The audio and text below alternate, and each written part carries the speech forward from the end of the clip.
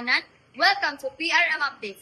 Karong adlaw, ang Dios naghatag kanato og oportunidad na mosulod kita sa tulo ka tuig na paglilipay, pagserbisyo ug pagpangalagad.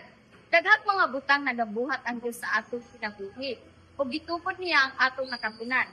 Tungod ni ini, ug tungod sa grasya, ang PRM nagpadayon sa pagdala sa himaya sa Dios.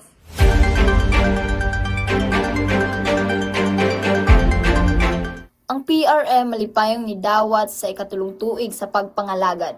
Sa tanang naagian nila, ang Dios nakita nga namuhat gayud sa simbahan. Daghan naghigayon na ang Ginoo nagatubang sa ilang mga pag-ampo ug nagauban sa tanang leaders nga padayong nagasuporta sa simbahan. Sa sunod pa na mga katuigan, magpadayon sila sa pagpakita sa tinud-anay na pagpangalagad ug mahimong ehemplo alang sa katawhan sa Dios.